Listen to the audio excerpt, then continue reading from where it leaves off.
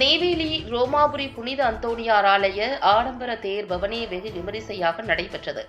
கடலூர் மாவட்டம் நெய்வேலி மந்தாரக்குப்பம் அருகே உள்ள ரோமாபுரி புனித அந்தோணியார் ஆலய ஆடம்பர தேர் பவனி வெகு விமரிசையாக நடைபெற்றது.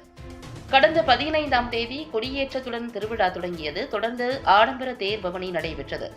பூனங்குறிச்சி பங்குத்தந்தை கிறிஸ்துராஜ் தலைமையில் நடைபெற்ற விழாவில் அருட்தந்தையர்கள் சகாயராஜ், சுவாமிநாதன், நிர்மல்ராஜ் ஆகியோர் கலந்து கொண்ட சிறப்பு திருப்பலி நடைபெற்றது. ரோமாபுரி பங்கு மக்கள் மற்றும் வேதியர் தேவராஜ் ஒருங்கிணைப்பில் நடைபெற்ற தேர்பவனி விழாவில் ஆலய வளாகத்தில் மாதா, குழந்தை இயேசு மற்றும் அந்தோணியார் சுரூபங்கள் கொண்ட தேர்கள் மந்திரிக்கப்பட்டு ஆலய வளாகத்தில் இருந்து ஊர்வலமாக புறப்பட்டு சென்றது. தேர்களை பின்தொடர்ந்தவாறு கிறிஸ்தவ பாடல்களை பாடியபடி ஜெபங்களை ஜெபித்தவாறு திரளான கிறிஸ்தவர்கள் தேர் பவனியில் கலந்து கொண்டு சிறப்பித்தனர்.